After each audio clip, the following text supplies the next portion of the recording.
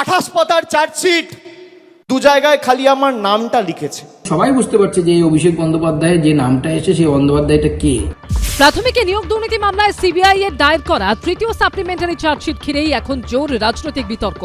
সৌজন্যে এই নাম জনৈক অভিষেক বন্দ্যোপাধ্যায়, তার বিরুদ্ধে বিস্ফোরক সব অভিযোগ।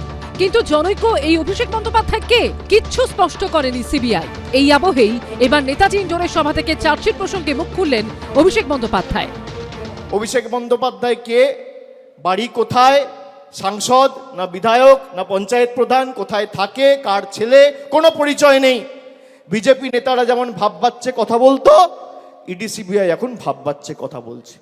5 বছর আগে কোভিডের সময় 2020 সালে বলেছিলাম যে আমার বিরুদ্ধে যদি কোনো রকম কোনো প্রমাণ বা কোনোভাবে সিবিআই বা ইডি প্রমাণ করতে পারে বা তথ্য দিতে পারে আদালতে যে আমার প্রত্যক্ষ বা পরোক্ষ মদতে কোনো ভুল হয়েছে, কোনো দুর্নীতি হয়েছে, কেউ 10 পয়সা তুলেছে, আপনাকে চার্জশিট দিতে হবে না, সামান দিয়ে আমায় ডাকতে হবে না, ফাঁসির মঞ্চ করুন, গৃহে মৃত্যুবরণ করব।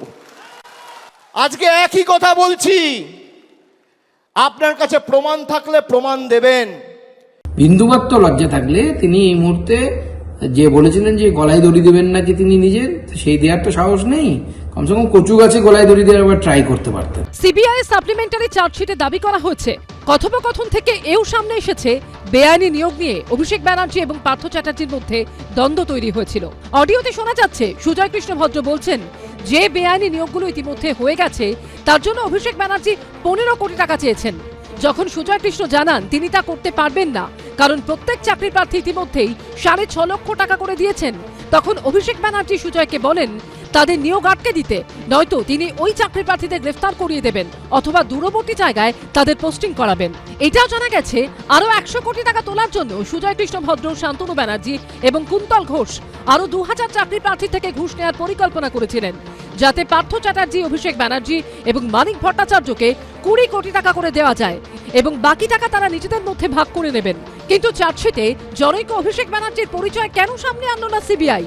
এই নেপথ্যে সেটিং দেখতে পাচ্ছে কংগ্রেস, সিপিএম। ভয় পেয়েছে সিবিআই, তার কারণ মোদিজি চায়নি সিবিআই চার্জশিটে আপনার নাম থাকুক। ফলে এখন এই আপনার তরজা আর সিবিআইয়ের তরজাটা বাংলার মানুষ দেখবে, আর এই চাকরি চুরিটা অধরাই থেকে যাবে, মাথা ধরা পড়বে না, কারণ দাদা চাইনি আর দিদি চাইনি। অভিষেক ব্যানার্জি বলা হলো, কিন্তু অভিষেক ব্যানার্জি বলে নির্দিষ্ট করা হলো না। নাম রাখলাম, চাপে চাপে থাকো, যা বলবো সেইভাবে চলো। আবার ছেড়েও রাখলাম যেন পিসিরও কাজে লাগে, পিসিরও কাজে লাগবে, দিল্লিরও কাজে লাগবে। অতএব মাঝখানে একটা জনৈক অভিষেক ব্যানার্জি, পিসির ভাইপো পরিচয় দেওয়া হলো না, কাকুর ভাইপো পরিচয় দেওয়া হলো না। যদি শিন্ডের প্রয়োজন হয় তাহলে শিন্ডে খুঁজে পাওয়া যেতে পারে দিল্লির। আর যদি অভিষেক বাড়াবাড়ি করে তাহলে অন্তত ডানা ছাটার ব্যবস্থা করার জন্য সুযোগ করে দেওয়া হলো মমতা ব্যানার্জিকে। ম্যাচ ফিক্সিং অনেক রকম। সব মিলিয়ে সিবিআই চার্জশিট ঘিরে ধোঁয়াশা দরজা বিতর্ক চরমে। শিবাশিস মৌলিক, দীপক ঘোষ ও সুজিত মণ্ডলের রিপোর্ট, এবিপি আনন্দ।